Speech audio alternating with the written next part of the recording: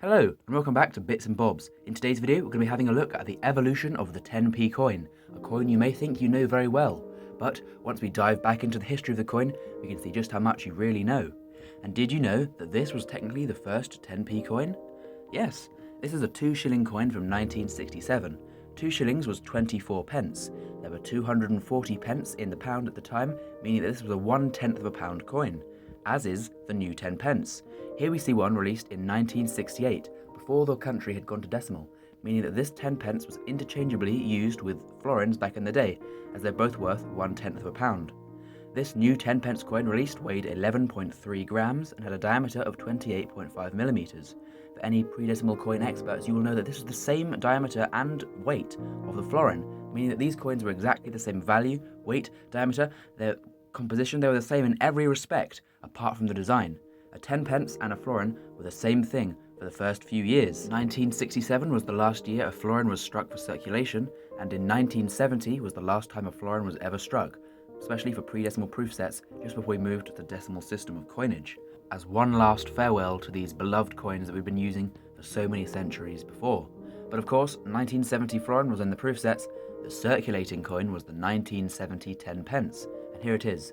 The coins also featured a new portrait of the Queen, rather than that by Mary Gillick used on the pre-decimal coins. This one was by Arnold Machin. These new 10 pence coins were struck every year after decimalisation, apart from the NIFC years, which were a lot. 1972, 1978, 82, 83, 84, 85, 86, 87, 88, 89, 1990, 1991, and 1992. Now I end at 1992 because a big change was coming to the coin in 1992.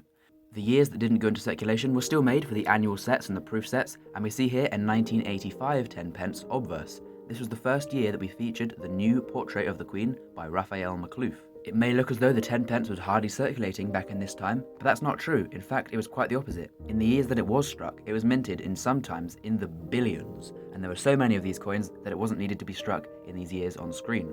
But it was still a very prevalent coin in our change.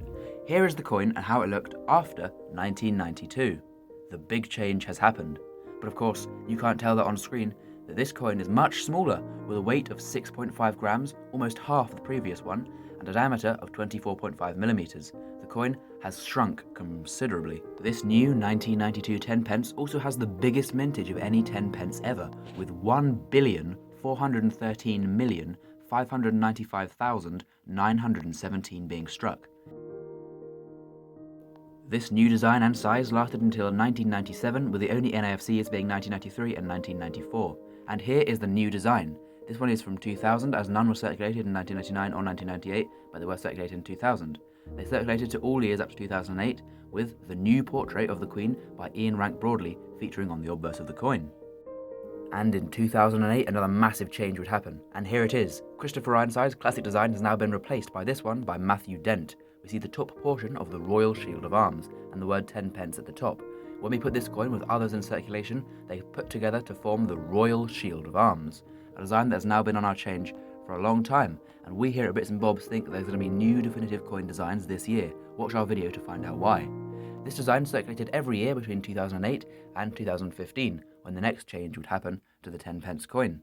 But, as I've just said, this will be an obverse design change. And yes, here it is, the new portrait of the Queen by Jodie Clark. This is the fifth and final coinage portrait of Her Majesty Queen Elizabeth II on our circulating coins, and was brought in 2015. The next design change we see here. 26 new designs were released in 2018, one for each letter of the alphabet, as you can see here on screen.